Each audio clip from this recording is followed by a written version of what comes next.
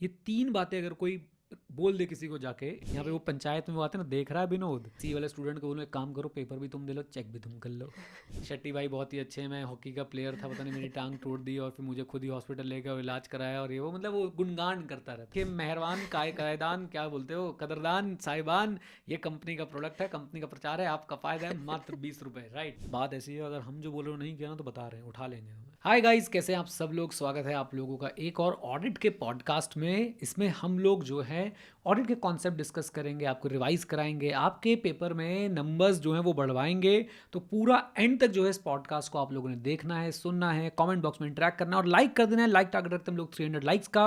मुझे पूरा विश्वास है आप लोग जो है लाइक टारगेट अचीव करा देंगे। कौन सा चैप्टर चल रहा है? चैप्टर नंबर चल रहा है 11, सीए इंटरमीडिएट के हिसाब से। सीए फाइनल वाले हो तो भी आप लोग इस पॉडकास्ट को देख सकते हो। इवन अगर एसीसी वाले हो तो भी आप इस पॉडकास्ट को देख सकते हो। और आप कहीं भी ऑडिटिंग को समझना चाहते हैं, पढ़ना चाहते हैं, तो आप इस पॉडकास्ट को देख सकते हैं। चलिए आज की बातें शुरू करते हैं। वृंदा जी नमस्ते, कैसे हैं आप? नमस्ते, मैं ठीक हूँ। आप कैसे हो? मैं बिल्कुल ठीक हूँ। तो आज अपने सवाल बताइए, हम उनके जवाब देते हुए चलेंगे और चैप्टर में 11 एथिक्स इंडिपेंडेंस रिवाइज करते हुए चलेंगे। राइट, तो सबसे पहला सवाल ही मेरा यही है, इंडिपेंडेंस ऑफ ऑडिटर क्या होता है? तो इंडिपेंडेंस ऑफ ऑडिटर एक बहुत ही कमाल की चीज़ है, जो बहुत ही इंपॉर्टेंट रिक्वायरमेंट है। अगर आप ऑडिट की डेफिनेशन देखोगे तो वो भी ऐसे शुरू होता है, auditing is an independent examination of financial statement of an entity, whether profit oriented not, irrespective of its size or legal form, with a view to express an opinion on the same. तो वहाँ पे जब independent word आता है, जब मैं बच्चों को पढ़ा रहा होता हूँ तो चैप्टर 1 के अंदर ही ये इंडिपेंडेंट वर्ड आ जाता है, बल्कि पहली लाइन के अंदर ये इंडिपेंडेंट वर्ड आ जाता है, auditing is an independent examination. तब मैं इतना बता के छोड़ देता हूँ कि इंडिपेंडेंस का सिंपल सा मतलब है योर जजमेंट। जजमेंट का मतलब आप ऐसे समझ सकते हैं कि आपका जो डिसीजन है, it should not be subordinate to the wishes of other persons, specifically the wishes and direction of the person जो आपको एम्प्लॉय कर रहा है। राइट, एंड इवन आपके सेल्फ ओन इंटरेस्ट के सबॉर्डिनेट भी वो नहीं होना चाहिए। मीनिंग क्या है यहाँ पे? मीनिंग बहुत सिंपल सा है। देखो भाई, आप ऑडिट कर रहे हो, आपका ओपिनियन आपका होना चाहिए। ऐसा ना हो कि आप किसी से इन्फ्लुएंस होकर जो है वो ओपिनियन दे रहे हो, किसी के प्रेशर में आके जो है वो ओपिनियन दे रहे हो, या किसी लालच में अपने इंटरेस्ट को ध्यान में रखते हुए ओपिनियन दे रहे हो। ऐसा नहीं होना चाहिए। यहाँ पे इंडिपेंडेंस की और 2-3 मतलब ही है। बेस मतलब मैंने आपको बताया कि it simply means that your judgement, यानी कि आपका डिसीजन, प्रोफेशनल जजमेंट की अगर मैं डेफिनेशन की बात करता हूँ तो प्रोफेशनल जजमेंट क्या होता है? Application of training, knowledge and experience. Right, application of training, knowledge and experience of taking a decision in a particular set of circumstances. एक पर्टिकुलर सेट ऑफ सर्कमस्टांसेस में आप कैसे आगे बढ़ने वाले हैं, उसके लिए आप डिसीजन लेते हैं अपने ट्रेनिंग, नॉलेज और एक्सपीरियंस के बेसिस पे। उसी को प्रोफेशनल जजमेंट बोलते हैं। राइट, एंड अगर आपको याद हो तो हमने ऑब्जेक्टिविटी जब डिस्कस किया था, जब हम 5 फंडामेंटल प्रिंसिपल डिस्कस कर रहे थे, तभी मैंने आपको बोला था कि आपकी प्रोफेशनल जजमेंट कॉम्प्रोमाइज नहीं होनी चाहिए because of bias, because of conflict of interest and एक पार्ट और आता था अनड्यू इन्फ्लुएंस। तो इन तीनों चीज़ों की वजह से आपकी प्रोफेशनल जजमेंट जो है वो कॉम्प्रोमाइज़ नहीं होनी चाहिए। तो ऐसा ही यहाँ पे है कि आपकी जजमेंट जो है सबॉर्डिनेट नहीं होनी चाहिए, यानी कि आप किसी के कहने पे अपने डिसीजंस ना लें, और अपने इंटरेस्ट को भी ध्यान, मतलब अपने इंटरेस्ट को आप सबसे ऊपर रख के डिसीजन ना लें। ऑडिटर पब्लिक इंटरेस्ट में काम करते भैया, एटलीस्ट बुक्स में तो करता ही है। राइट, तो एक बात तो ये हो गई। दूसरी बात ये हो गई कि भाई जजमेंट का एक सिंपल मीनिंग और भी है। आपने ओपिनियन देना है और किसी से इन्फ्लुएंस नहीं होना है। और सिंपल करते हैं, your ability to give opinion without getting influence by others. And जो सबसे टेक्निकल चीज़ यहाँ पे यूज होती है वो ये, your ability to exercise integrity, objectivity and professional scepticism. Your ability to act with integrity, objectivity and professional scepticism. अब ये क्या वर्ड्स हैं? इंटीग्रिटी हमने कल समझ लिया था, straight forward, honest, truthful, fairness. Right, उसके बाद मिसलीडिंग डॉक्यूमेंट से अपने आप को नोइंगली एसोसिएट ना करें। ऑब्जेक्टिविटी भी हमने कल समझ लिया था। ऑब्जेक्टिविटी में हमने क्या बोला था? वही कि भाई आपने प्रोफेशनल जजमेंट को कॉम्प्रोमाइज़ नहीं होने देना है। Now what is professional scepticism? Although हम लोग इसको आगे कवर करेंगे, बट अभी आपको बता देता हूँ, क्योंकि जब हमारे व्यूअर्स हमें देख रहे होंगे, सुन रहे होंगे, तो उनको बिल्कुल ऐसे गैप नहीं लगना चाहिए। प्रोफेशनल स्केप्टिज्म का सिंपल सा मतलब है, थोड़ा सा भाई साहब आपने जो है वो शक करते हुए चलना है। शक करते मतलब you have to remain alert, auditor has to remain alert. You have to do critical assessment. आपको जो एविडेंस मिल रहे हैं, ऐसा नहीं कि बस जो मिल गया मान लिया, नहीं, आपको देखना है जो मिल गया भाई वो सही है कि नहीं है। You have to remain alert, you have to question everything, questioning mind, being alert, critical assessment of the audit evidence gathered. अभी के लिए इतना रेफरेंस बहुत है, हम प्रोफेशनल स्केप्टिसिज्म पे अलग से एक बार चर्चा कर लेंगे। सो तो आपकी ability to act with integrity, objectivity and professional scepticism, ये 3 बातें अगर कोई बोल दे किसी को जाके इंडिपेंडेंस के लिए, तो बढ़िया हो जाएगा। Judgment should not be subordinate to the wishes of other person, specifically who is employing you, plus your own interest. फिर उसके बाद ability to act with integrity, objectivity and professional skepticism, and then ability to give your opinion without being influenced. ये 3 बातें बोल दीजिए. अब इसके बाद इंडिपेंडेंस में एक खास बात है कि जैसे हम कल भी बात कर रहे थे कि आप भाई अपनी वाइफ की कंपनी का ऑडिट नहीं कर सकते, लेकिन गर्लफ्रेंड की कंपनी का कर सकते हो. क्यों? क्योंकि भाई लॉ में वाइफ लिखा हुआ है, स्पाउस लिखा हुआ है, गर्लफ्रेंड तो कहीं पे लिखा ही नहीं हुआ है, राइट? तो ऐसे ही आगे यही बोला गया है कि भाई इंडिपेंडेंस को रूल्स से डिफाइन कर पाना मुश्किल है, इसको प्रिसाइसली डिफाइन कर पाना मुश्किल है. इंडिपेंडेंस को कंफ्यूज ना किया जाए सुपरफिशियल यानी बनावटी स्टैंडर्ड्स, रूल्स और रेगुलेशन से इसको कंफ्यूज ना किया जाए. इंडिपेंडेंस को डिफाइन कर पाना बहुत मुश्किल है. इंडिपेंडेंस स्टेट ऑफ माइंड की बात होती है. इंडिपेंडेंस स्टेट ऑफ माइंड की बात होती है. इंडिपेंडेंस अपीयरेंस में भी आपको होना चाहिए, राइट? तो मोटे मोटे तौर पे आप ये समझिए कि भाई इसको डिफाइन कर पाना मुश्किल है. ये समझिए कि रूल्स जो हैं किसी ना किसी ऑब्जेक्टिव के साथ बनाए गए हैं, स्टैंडर्ड्स रेगुलेशन किसी ना किसी ऑब्जेक्टिव के साथ बनाए गए हैं. वो कुछ पोर्शन कवर कर सकते हैं इंडिपेंडेंस का, लेकिन वो इंश्योर नहीं कर सकते कि भाई ऑडिटर जो है वो इंडिपेंडेंट होगा.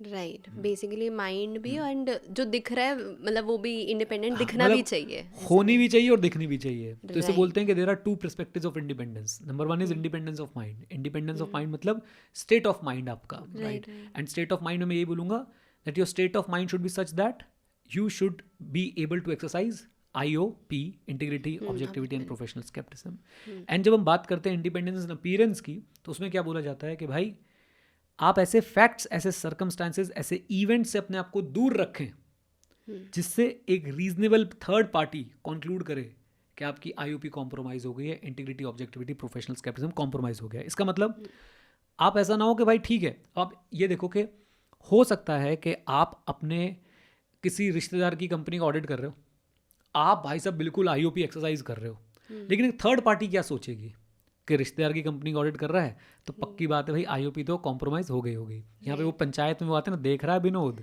तो थर्ड पार्टी वही है कि जो बोलते हैं ना देख रहा है विनोद कि कैसे अपने रिश्तेदार की कंपनी का ऑडिट करके क्लीन ओपिनियन दिया जा रहा है, राइट? तो बनराकस दुनिया में बहुत सारे हैं.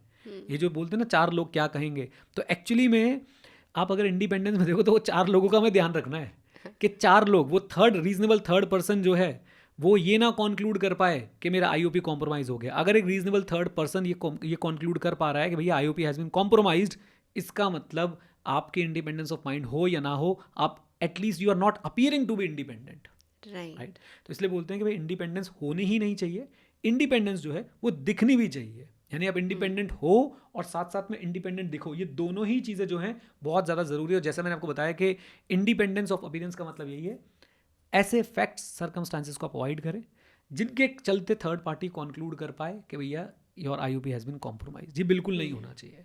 अगर किसी थर्ड पार्टी ने कंक्लूड कर लिया तो सिंपल सी बात है, आप you are not appearing to be independent, right? So अब इंडिपेंडेंस के कुछ थ्रेड्स भी होते हैं, राइट? तो पहले मैं चाहूँगी कि आप सिर्फ नाम बता दो कौन कौन से थ्रेड्स होते हैं. तो ये बहुत बढ़िया, और इसका कनेक्शन आप देखना कि कल हमने फंडामेंटल प्रिंसिपल्स पढ़े थे, राइट? तो हमारा जो कोड ऑफ एथिक्स है वो बोलता है भाई फंडामेंटल प्रिंसिपल से कंप्लाई करो. ऐसी इवेंट्स, ट्रांजैक्शन, सर्कमस्टांसेस, ऐसी घटनाएं जो आपको उन फंडामेंटल प्रिंसिपल्स की कंप्लाइंस से दूर ले जाती हैं, कहीं ना कहीं उन्हें भी हम लोग क्या बोलते हैं, थ्रेट्स टू इंडिपेंडेंस बोलते थे. क्योंकि अगर आप ध्यान से देखो, इंटीग्रिटी की अगर मैं बात करता हूँ, ऑब्जेक्टिविटी की अगर मैं बात करता हूँ, राइट, ये खासकर ऑब्जेक्टिविटी की, तो दे ट्राई टू इंश्योर कि भाई हम इंडिपेंडेंट है, राइट? ऑब्जेक्टिविटी भी क्या बोलता था कि भाई आपने प्रोफेशनल जजमेंट को कॉम्प्रोमाइज़ नहीं करना है, आपने बायस नहीं होना है कॉन्फ्लिक्ट ऑफ इंटरेस्ट की वजह से या अनड्यू इन्फ्लुएंस की वजह से, आपने अपनी प्रोफेशनल जजमेंट को कॉम्प्रोमाइज़ नहीं करना है, कोई ऐसा एंगेजमेंट आपने एक्सेप्ट नहीं करना है जहाँ पे आपको लगता हो कि भाई आप लोग जो है अनबायस्ड काम नहीं कर पाएंगे. तो कहीं ना कहीं जो थ्रेट्स टू इंडिपेंडेंस है ना, ये वो घटनाएं हैं, ये वो एक्शन है, ये वो इवेंट है जिनके चलते ऑडिटर की IOP कॉम्प्रोमाइज़ हो सकती है, राइट? और कहीं ना कहीं फंडामेंटल प्रिंसिपल्स की कंप्लाइंस में भी इश्यूज आ सकते हैं. ओके, अगेन IFAC, ISBA यानी international federation of accountants, international ethical standard board for accountants, इन्होंने 5 जो है वो थ्रेट्स बताई हैं जो एक प्रोफेशनल अकाउंटेंट की ज़िंदगी में आ सकती हैं. Number 1 is self review threat, और सेल्फ इंटरेस्ट बोल दो नंबर 1 पे, मतलब नंबरिंग कैसे भी कर लो, चलो. Number 1 self interest threat, then we have self review threat, then we have advocacy threat, then we have familiarity threat, and then we have intimidation threat. Intimidation threat को ना ऐसे इशारा करो, कोहनी मार के गिरा देंगे. तो जब क्लाइंट बोले कोहनी मार देंगे तुम्हें, तो कोहनी मार देंगे मतलब आपको डरा रहे हैं, धमका रहे हैं किसी चीज़ के चलते, तो उसे हम बोलेंगे क्या कि भैया ये जो है एक इंटिमिडेशन थ्रेट है कि आप अपना ओपिनियन हमारे हिसाब से रखो, नहीं तो आपके ऊपर केस कर देंगे, आपको रिप्लेस कर देंगे. तो ये बन जाता है इंटिमिडेशन थ्रेट. खैर, तो ये 5 तरह की मेजर थ्रेट्स हैं जो एक प्रोफेशनल अकाउंटेंट के ऊपर जो है वो मंडराती रहती हैं. राइट, तो हम एक एक करके सारी समझेंगे. सो सबसे पहले हम सेल्फ इंटरेस्ट पे बात करेंगे. बिल्कुल, सबसे पहले हम सेल्फ इंटरेस्ट पे बात करते हैं. सेल्फ इंटरेस्ट क्या है भाई, कि भाई आपका क्लाइंट में कोई फाइनेंशियल इंटरेस्ट है या कोई बिजनेस रिलेशनशिप है क्लाइंट के साथ, तो क्या होगा कि आप कभी भी अनबाइज नहीं रह पाएंगे. बहुत सिंपल एग्जांपल, अगर आपने क्लाइंट की कंपनी में इन्वेस्ट कर रखा है, शेयर्स हैं आपके पास, राइट, या किसी कोई पार्टनरशिप फर्म है, आप उसमें पार्टनर हो, प्रॉफिट शेयरिंग पार्टनर हो. अभी कई लोग बोलेंगे ऐसा हो नहीं सकता, ये वो फलाना ढिमाका, क्योंकि इंडिया में जो है कंपनीज एक्ट 2013 का सेक्शन नंबर 141 सबसेक्शन 3 डिस्क्वालिफिकेशन बताता है, और वो क्लियरली बोलता है कि भाई अगर आपके पास कंपनी की सिक्योरिटीज़ हैं तो you can not become the auditor. See, जब भी हम ये कोड ऑफ एथिक्स की बात करते हैं, स्टैंडर्ड्स की बात करते हैं ना, हम कंपनीज एक्ट को थोड़ा सा साइड में रख देते हैं. हम तो ये देखते हैं कोड ऑफ एथिक्स क्या बोल रहा है. तो कोड ऑफ एथिक्स यही बोल रहा है कि देखो जी, अगर आपका क्लाइंट के अंदर फाइनेंशियल इंटरेस्ट है, बिजनेस रिलेशनशिप है आपका क्लाइंट के साथ, राइट, तो कहीं ना कहीं आप जो है उस इंटरेस्ट के चलते बायस्ड ओपिनियन दे सकते हैं, और यही बन जाती है क्या, self interest threat. Right, for example आपने क्लाइंट के शेयर्स में इन्वेस्ट कर रखा है, राइट, फॉर एग्जांपल आपने क्लाइंट से लोन ले रखा है, या क्लाइंट को लोन दे रखा है, या क्लाइंट के लिए गारंटी ले रखी, क्लाइंट के लिए गारंटी दे रखी है, क्लाइंट ने आपके लिए गारंटी दे रखी है. तो इस तरह के जो रिलेशनशिप्स हैं, these relationship leads to self interest threat, जहाँ पे ऑडिटर का इंटरेस्ट रहता है कि भाई क्लाइंट अच्छा करेगा तभी मुझे पैसे मिलेंगे बहुत सारे, या क्लाइंट आपको लालच दे रहा है कि भाई मैं देखो आगे एम्प्लॉयमेंट दे सकता हूँ कोई. और सबसे कॉमन रीज़न जो एग्जाम में पूछा जा सकता है, कंटिजेंट फीस, जैसा ओपिनियन देंगे वैसा फीस देंगे. यानी कि अगर भाई मॉडिफाइड दोगे तो हट गंदा, फीस नहीं देंगे ज़्यादा, अगर क्लीन ओपिनियन दोगे तो फीस ज़्यादा मिलेगी, राइट. तो कंटिजेंट फीस है, फाइंडिंग के ऊपर डिपेंडेंट फीस है, तो वहाँ पे जो है इंडिपेंडेंस हर्ट हो सकती है. सेल्फ इंटरेस्ट थ्रेट है कि भाई मैं अगर ओपिनियन क्लीन दूंगा तो ही ज़्यादा फीस मिलेगी, तो चलो क्लीन ओपिनियन दे देता हूँ. एंड देन एक और भी चीज़ होती है कि आप अनड्यूली कहीं डिपेंडेंट तो नहीं है इस क्लाइंट की फीस पे. मतलब आपके पास टोटल 10 लाख रुपए आ रहे हैं साल के, पहली बात तो तुम प्रैक्टिस क्यों कर रहे हो, 10 लाख आ रहे हैं तो, बट मान लो 10 लाख रुपए आ रहे हैं, उसमें से भाई 8 लाख रुपए एक पर्टिकुलर क्लाइंट से आ रहे हैं, तो आप अनड्यूली डिपेंडेंट हैं एक पर्टिकुलर क्लाइंट पे, राइट.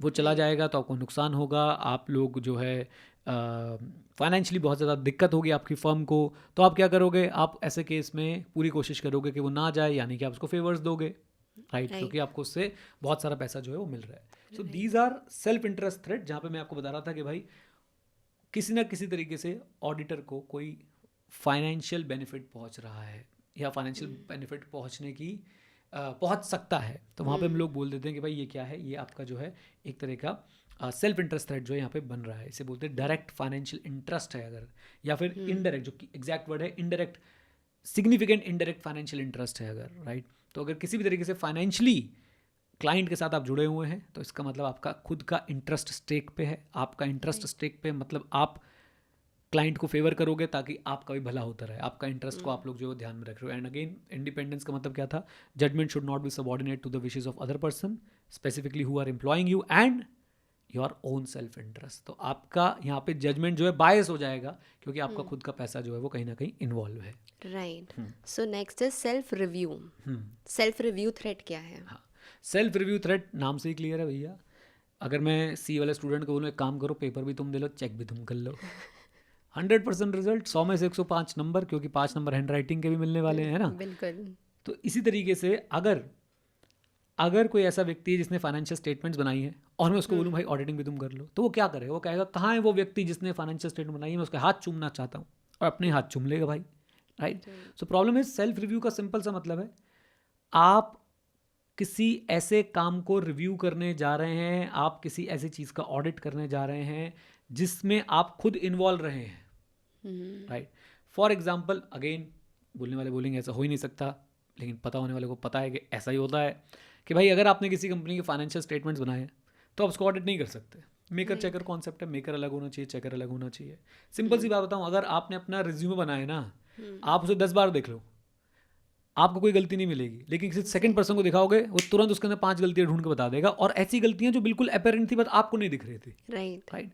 तो कभी कभी it is very much possible कि या तो ऑडिटर गलतियां ढूंढना नहीं चाह रहा होगा या उसे जेन्युइनली अपने काम में गलतियां दिखेंगी नहीं। राइट। तो सेल्फ रिव्यू थ्रेट आ जाती है कि आप अपने द्वारा किए गए काम को अगर रिव्यू करने वाले हो तो वहाँ पे गड़बड़ हो सकती है। इसमें एक बहुत इंपॉर्टेंट केस और है कि रिसेंटली अगर कंपनी से कोई सीनियर पोजीशन से कोई जॉब छोड़ के आया और उसने सीए फर्म को ज्वाइन कर लिया और वो जाके फिर एंगेजमेंट पार्टनर बन गया उसी कंपनी के ऑडिट का, तो यहाँ पे क्या होगा, एक डायरेक्टर था, एक सीनियर पोजीशन वाला एम्प्लॉय था जो अभी तक कंपनी के फाइनेंशियल स्टेटमेंट या कंपनी में बहुत सारी चीज़ें कर रहा था। अचानक से कंपनी छोड़ता है, सीए फर्म के अंदर आता है और वो बन जाता है उसी कंपनी के ऑडिट का एंगेजमेंट पार्टनर। तो अब क्या होने वाला है, अब बताइए क्या सेल्फ रिव्यू थ्रेड बनेगी? बिल्कुल बनेगी, क्योंकि वहाँ पे अभी तक वो काम कर रहा था, अब वो उस काम को चेक कर रहा है। अगेन इस पर प्लीज़ फाइट ना करें कि कितने साल का टाइम गैप चाहिए, ये वो फलाना ढिमाका, सीए फाइन लेवल पे डिटेल में डिस्कस कर लेंगे। जब सीए फाइन वालों के लिए डेडिकेटेड पॉडकास्ट कर रहे होंगे तो हम लोग जो है यहाँ पे चर्चा कर लेंगे। राइट, बिल्कुल ठीक है। तो ये है आपकी सेल्फ रिव्यू थ्रेट। अब नेक्स्ट पे चलते हैं। Yes, next is familiarity. Sorry. हाँ हाँ, हो जाता है, स्लिप ऑफ टंग। अंग्रेजी बहुत ही फनी लैंग्वेज है भाई, और हमारी तो वैसे प्रोफेशनल स्केप्टिसिज्म उसमें निकल जाता है। एनीवेज, तो फेमिलियरिटी थ्रेट। फेमिलियरिटी थ्रेट का मतलब ये है कि देखो भाई, आपका इतना लंबा रिलेशनशिप हो चुका है ऑडिटर के साथ, अब आप क्लाइंट के साथ, अब आप उसके इंटरेस्ट को लेके सिंपैथेटिक फील करते, ओहो क्लाइंट को नुकसान हो रहा है, चिंता मत कर, अगली बार कवर कर लेंगे, इस बार प्रॉफिट दिखा दे, मैं दिखा दूंगा अगली बार। तो समवेयर आप इसको ऐसे पकड़ी, फेमिलियर वर्ड से आपकी जान पहचान बहुत ज़्यादा बढ़ गई है, भाईजान बन गया वो आपका। राइट, तो फेमिलियरिटी थ्रेट के आपको मैं एक सिंपल एग्जांपल दूं, अगर आपको गिफ्ट और हॉस्पिटैलिटी बहुत ज़्यादा मिल रही है, राइट, अब आपके सी इंटरमीडिएट में क्वेश्चन भी है कि भाई क्लाइंट जो है वो आपको टूर पे भेज रहा है, आपके लिए एयरलाइन की टिकट जो है स्पॉन्सर कर रहा है, राइट, तो ये क्या है, फेमिलियरिटी थ्रेट का एग्जांपल है। आपकी जान पहचान बहुत ज़्यादा बढ़ चुकी है, कहीं ना कहीं क्लाइंट के साथ ऐसा रिलेशनशिप बन गया है जहाँ पे आप लोग जो है बहुत ज़्यादा सिंपैथेटिक फील करते हैं टूवर्ड्स दी क्लाइंट, तो वहाँ पे आ जाते हैं आपकी फेमिलियरिटी थ्रेट। इसके और बहुत सारे एग्जांपल हैं, जैसे कि जिस कंपनी का आप ऑडिट करने जा रहे हैं उसमें ऑडिटर का कोई क्लोज रिलेटिव टॉप पोजीशन में बैठा हुआ है, राइट। ऐसा समझ लीजिए कि मान लीजिए मेरी वाइफ किसी कंपनी की सीएफओ है और मैं उस कंपनी का ऑडिट करने जाऊँ तो क्या होगा, तो भाई एक फेमिलियरिटी थ्रेट है, मैं शायद अपना काम ढंग से ना कर पाऊँ। और रिवर्स देखिए, पहले कंपनी से डायरेक्टर आया था, पार्टनर बन के एंगेजमेंट पार्टनर बन के गया था, अब उल्टा हो रहा है। क्या हो रहा है, मान लीजिए एबीसी एक चार्टर्ड अकाउंटेंट फर्म थी, सी ने फर्म को छोड़ा और कंपनी के अंदर जाके क्या बन गया, वो डायरेक्टर बन गया, सीनियर पोजीशन पे चला गया।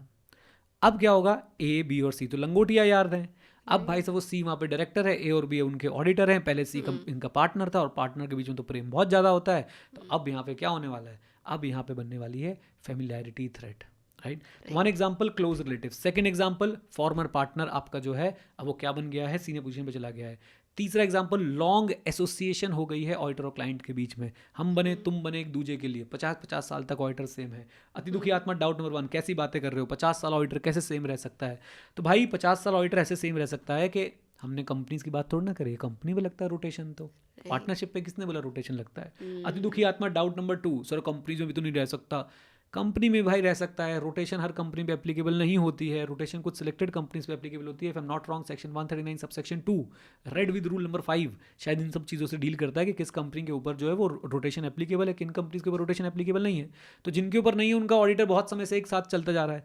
ऑडिटर और क्लाइंट को वैसे समझो वो बोल रहे हैं कि हम इस रिश्ते को, अब हम इस दोस्ती को रिश्तेदारी में बदल देते हैं, राइट। तो इस तरह का हो जाता है कि भाई क्लाइंट और ऑडिटर आपस में इतना मिलजुल चुके हैं कि आप उन्हें अलग नहीं कर पा रहे हो, मतलब आपको पता नहीं वो दोनों साथ बैठ के काम कर जा रहे, भाई फेमिलियरिटी है, राइट। एंड इसका आप अपीयरेंस से भी जो है मतलब निकाल सकते हैं। सोचो ऑडिटर क्लाइंट का ऑडिट करता है और दोनों रात को साथ में भाई क्लब जाते हैं, तो फिर चाहे वो कितना इंडिपेंडेंस क्यों ना रख रहा हो माइंड में, बट क्या अपीयरेंस में है? Answer is no, right. तो अगर ऑडिटर को गिफ्ट दिए जा रहे हैं, हॉस्पिटैलिटी दी जा रही है, नेक्स्ट पॉइंट आ रहा है, तो अगर ये थर्ड पार्टी को पता चलेगा तो बताइए क्या लगेगा? Third party will be able to conclude that IOP has been compromised, and once they are able to conclude that IOP has been compromised, Thakur तो गए, इंडिपेंडेंस तो गए भाई, ठीक है ना।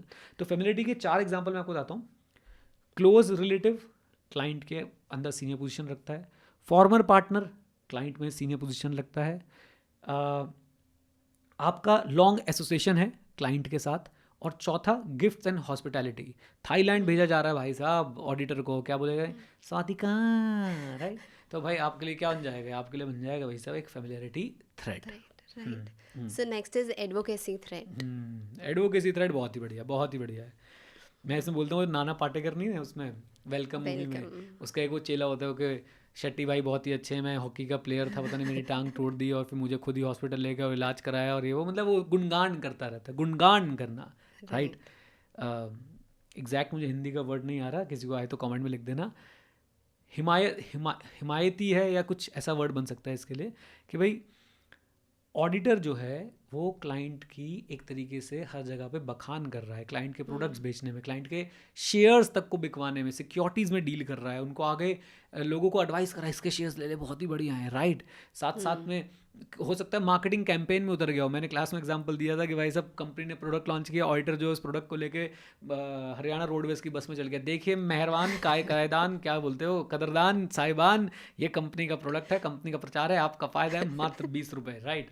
तो अगर वो ऐसी चीज़ें कर रहा है, यानी कि वो इस तरीके से बिहेव कर रहा है और लोगों को ऐसा लग रहा है कि भाई he is taking sides of the client, right? यानी कि क्लाइंट का हिमायती बन रहा है, क्लाइंट की वकालत कर रहा है, क्लाइंट के बारे में हर जगह जाके गुणगान कर रहा है, बैंक वालों के पास गया, बैंक वालों को बड़े अच्छे क्लाइंट है जी, बहुत ही बढ़िया जी, राइट? तो कहीं ना कहीं ऐसी फीलिंग आ रही है कि भाई he is taking sides of the client. तो उस केस में बोलूँगा कि कौन सी थ्रेट आ रही है, उस केस में सीधा सीधा जो थ्रेट आती है that is what, advocacy threat. ICA के स्टडी मैट में जो एग्जांपल्स दिए गए हैं थोड़े कंट्रोवर्शियल हैं। एक तो dealing in shares and securities of the client यहाँ पे बोला गया है, तो मैं इसको ऐसे इंटरप्रेट करता हूँ कि अगर वो क्लाइंट्स के शेयर्स बिकवाने में, क्लाइंट्स के शेयर्स को डील करवा रहा है, क्लाइंट्स के लिए इन्वेस्टमेंट्स लेने की कोशिश कर रहा है लोगों से, तो मैं बोलूँगा कि भाई वो he is dealing in shares and securities of the client and therefore advocacy threat जो मानी जाएगी। और दूसरा, थर्ड पार्टी डिस्प्यूट में क्लाइंट की साइड लेने की कोशिश कर रहा है, या इवन अब ये थोड़ा ग्रे एरिया है, इसमें बहुत ज़्यादा डिटेल में डिस्कशन नहीं करेंगे क्योंकि थोड़ा सा ग्रे एरिया है, मतलब करने को यार इस पर हम 2 घंटे 1 घंटे बात कर सकते हैं, बट इंटरमीडिएट वाले लेवल पे मैं यही बोलूँगा चुपचाप देखो भाई, क्लाइंट के लिए अगर वो लिटिगेशन में रिप्रेजेंट कर रहा है तो भी हम लोग मानते हैं कि वो एडवोकेसी थ्रेट जो आ रही है, ऑल्दो कुछ तरह की लिटिगेशंस जो है वो अलाउड हैं। इंटरमीडिएट लेवल पे मैं उस पर नहीं जाना चाहूँगा, आप लोग एकदम चिल्ड आउट रहें और बस याद रखें कि भाई थर्ड पार्टी डिस्प्यूट्स में एडवोकेसी चल रही है, आपके शेयर्स में यानी क्लाइंट के शेयर्स में वो डील कर रहा है, और साथ साथ में एक बात और याद रखें कि वो रिप्रेजेंट कर रहा है क्लाइंट को लिटिगेशन में, ओके? तो ये एडवोकेसी थ्रेट मेरे लिए मोर देन सफिशिएंट है, मेरे हिसाब से मोर देन सफिशिएंट है हमारे स्टूडेंट्स के लिए, right? So the last one that is intimidation threat, वो क्या होता है? ये तो मेरी फेवरेट है। जब भाई क्लाइंट बोले देख भाई बात ऐसी है, अगर हम जो बोल रहे हो नहीं किया ना तो बता रहे हैं, उठा लेंगे हमें, राइट? मतलब उठा लेंगे मतलब कि भाई ऐसा है, बात ऐसी है कि आपको रिप्लेस कर देंगे, ओके? अब यहाँ पे एक बात गौर फरमाएं कि कंपनीज एक्ट 2013 में सेक्शन नंबर 140 जो है वो बड़ा स्ट्रॉन्ग है, और उससे कहीं ना कहीं ऑडिटर की रिमूवल को जो है वो टफ बनाया गया है। मित्रों की अप्रूवल लगती है उसमें, मित्रों की मतलब सेंट्रल गवर्नमेंट की अप्रूवल आएगी भाई ऑडिटर को हटाने से पहले, और ऐसा नहीं है कि पब्लिक कंपनी के गवर्नमेंट ऑडिटर को हटाने से पहले, किसी भी कंपनी के ऑडिटर को हटाने से पहले भैया आपको जो है सेंट्रल गवर्नमेंट की अप्रूवल चाहिए। मतलब आप देख रहे हो कितनी चलती है ऑडिटर की। तो खैर इंटिमिडेशन थ्रेट मैं यहाँ पे एग्जांपल देना चाहूँगा, अनिल अंबानी की कंपनी थी और पीडब्ल्यूसी थी। तो अनिल अंबानी की कंपनी से पीडब्ल्यूसी ने एज अ ऑडिटर इसलिए रिज़ाइन कर दिया था कि भाई हमें जो है इंटीमिडेट किया जा रहा है प्राइस वाटरहाउस कूपर्स ने। तो इंटीमिडेट करने का मतलब है डराना धमकाना, राइट? किसी तरह का प्रेशर बनाना, अनड्यू इन्फ्लुएंस क्रिएट किया जा रहा है। ऑब्जेक्टिविटी से आप इसको कलेक्ट कीजिए। ऑब्जेक्टिविटी में क्या बोला था कि भाई objectivity, judgement should not be compromise because of bias, आपका conflict of interest and last में आता था अनड्यू इन्फ्लुएंस। तो यहाँ पे कहीं ना कहीं इन्फ्लुएंस करने की कोशिश की जा रही है, रिप्लेसमेंट की थ्रेट दी जा रही है, लिटिगेशन की थ्रेट दी जा रही है कि भैया देखो हमारे कहते हुए काम करोगे ठीक है, नहीं तो केस वेस करके फंसा देंगे तुम्हारी फर्म को, घूमते रहोगे तुम इधर उधर, ठीक है? हो जाना फिर ऑडिटर खेलते रहना फिर, ठीक है? तो ऑडिटर को यहाँ पे क्या कहना चाहिए कि भैया अब हम वो गुड्डू भैया नहीं है जो लपड़ लपड़ करते रहते थे वो चुपचाप जो है भाई रिजाइन करके एमसी को बताएगा गड़बड़ चल रही है। एनीवेज, साथ ही साथ में इसमें एक बड़ा और चीज़ आती है कि क्लाइंट ये भी बोल सकता है कि भाई देखो ऐसा है, फीस तुम्हें कम मिल रही है, काम जरा कम कर लेना, ज़्यादा उछलने की ज़रूरत नहीं है, राइट? चुपचाप शांति से अपना एक आधा प्रोसेस लगाओ और रिपोर्ट में लिखो जो हम कह रहे हो, निकलो। तो भाई ये भी एक तरीके की है इंटिमिडेशन थ्रेट है, जहां ऑडिटर को रोका जा रहा हो दैट यू कैन नॉट और you should not act with IOP, integrity, objectivity और प्रोफेशनल स्केप्टिज्म एक्सरसाइज करने से, जहां पर रोका जा रहा हो ऑडिटर को वहाँ पे आपके पास आ जाती है क्या, इंटिमिडेशन थ्रेट। राइट। अब इन थ्रेट्स को कैसे, मतलब एक ऑडिटर कैसे अपने आप को बचा सकता है, like what are the safeguards? So safeguards वो एक्शंस हैं जो ऑडिटर या ऑडिटिंग फर्म लेती है ताकि वो थ्रेट्स को रिड्यूस कर पाए, एलिमिनेट कर पाए, ताकि अल्टीमेटली वो फंडामेंटल प्रिंसिपल से कंप्लाई कर पाए, इंडिपेंडेंस मेंटेन कर पाए। दोनों ही चीज़ें, फंडामेंटल प्रिंसिपल्स भी कंप्लाई होंगे इससे और इंडिपेंडेंस मेंटेन होगी, राइट। ये सारे कॉन्सेप्ट आपस में कनेक्टेड है। देखो फंडामेंटल प्रिंसिपल्स आपके अगर कंप्लाई नहीं हो रहे ना, मैं मान ही नहीं सकता, मान लो आप इंटीग्रिटी और ऑब्जेक्टिविटी फॉलो नहीं कर रहे हो, हाई चांसेस कि आप इंडिपेंडेंट भी नहीं हो, राइट। है ना। तो बायस हो, कॉन्फ्लिक्ट ऑफ इंटरेस्ट है, ड्यू इन्फ्लुएंस है ना। तो सेफ गार्ड्स वो एक्शंस हैं जो प्रोफेशनल अकाउंटेंट को हेल्प करते हैं। किस चीज़ में हेल्प करते हैं? प्रोफेशनल अकाउंटेंट को हेल्प करते हैं रिड्यूस करने में। क्या रिड्यूस करने में? थ्रेट्स को रिड्यूस करने में। तो सेफ गार्ड्स वो एक्शंस हैं जो कहीं ना कहीं प्रोफेशनल अकाउंटेंट को हेल्प करते हैं थ्रेट्स को रिड्यूस करने में, थ्रेट्स को मिनिमाइज करने में, थ्रेट्स को एलिमिनेट करने में। अगर अपीयरेंस वाली है तो उसको हटाने में, कि भाई अब मैं किसी थर्ड पार्टी को जो है वो आईओपी मेरा कॉम्प्रोमाइज़ होता हुआ ना दिखे, उन्हीं को बोलते हैं हम लोग क्या, सेफ गार्ड्स। राइट। सो स्पेसिफिकली थ्रेड्स वाले पोर्शन के लिए मैंने कुछ क्वेश्चंस आपके लिए निकाल के रखे थे, तो मैं चाहूँगी कि मैं क्वेश्चन करूँगी, आपको आंसर करना चलो है। ठीक है, मैं ट्राई करूँगा। ठीक है। हाँ। इंस्टीट्यूट के ही क्वेश्चंस निकाले हैं मैंने। ठीक है। ठीक है, तो ये हमारे अपने नहीं है, ठीक है। ICAI के स्टडी मटेरियल्स हैं। वैसे मैं आपको बता दूं कि मैंने अपनी क्लास के लिए अलग से 19 MCQs बनाए हैं सिर्फ थ्रेड्स और सेफ गार्ड पे, जिसमें से 9 MCQ सिर्फ इसी बात पे हैं कि थ्रेड्स पहचानो आंदोलन, कि आपको क्वेश्चन दिया, आपको थ्रेड पहचाननी है। खैर चलिए पूछिए प्लीज। हाँ, सो एक चार्टर्ड अकाउंटेंट है जिसे 40% of his total audit fees जो है एक Self सिंगल interest। क्लाइंट। ये बहुत शानदार है। हाँ। ठीक है। एक चार्टर्ड अकाउंटेंट है जो एक ऑर्गेनाइजेशन को accounting and book keeping services self review. क्या बात है, क्वेश्चन तो सुनने दो अरे ये बच्चों बहुत को। आसान है ना भैया। देखो किसी ऑर्गेनाइजेशन का फाइनेंशियल स्टेटमेंट बना रहे हो, फिर आप उसके ऑडिटर बनोगे तो सेल्फ रिव्यू। किसी ऑर्गेनाइजेशन से आपको 40% of your revenue is coming from one particular organisation, self interest. Right. So उसके बाद मेरे पास कुछ और भी क्वेश्चंस हैं। लोन और गारंटी टू और from the concern client is an example of which threat? Loan और गारंटी सेल्फ इंटरेस्ट है ये भी। यस। फाइनेंशियल जहाँ पे बात आ जाती है वहाँ पे जनरली सेल्फ इंटरेस्ट आ जाता है। Right. When an auditor deals with shares और securities of the audited company, तो ये किसका एग्जांपल है? ट्रिक क्वेश्चन, शेयर सिक्योरिटी डाल के कंफ्यूज कर रहे हो। अरे भैया डील लिखा है, एडवोकेसी थ्रेट है ये। राइट। डायरेक्ट फाइनेंशियल इंटरेस्ट और materially significant self indirect. Interest, direct financial interest जहाँ पे आ गया, रट लो भैया रट लो, वहाँ पे सेल्फ इंटरेस्ट इन्वॉल्व है। Dash are self-evident and occur when auditors form relationships with a client where they end up being too sympathetic to the client's की वर्ड है interest. टू सिंपैथेटिक हो रहा है भैया, फेमिलियरिटी, फैमिली जैसा मान रहे हो तभी तो दया दृष्टि दिखा रहे हो उसके ऊपर।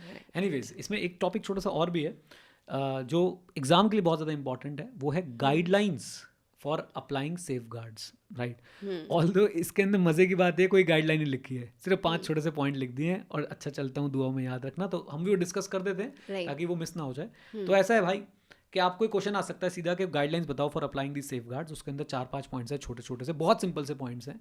उसको आप ऐसे याद करें कि देखो बात ऐसी है कि अगर आप चाहते हैं कि पब्लिक का ट्रस्ट ऑडिट की क्वालिटी पे बना रहे, पब्लिक का ट्रस्ट ऑडिट की क्वालिटी बना रहे, तो ऑडिटर का इंडिपेंडेंट दिखना बहुत ज़्यादा ज़रूरी है।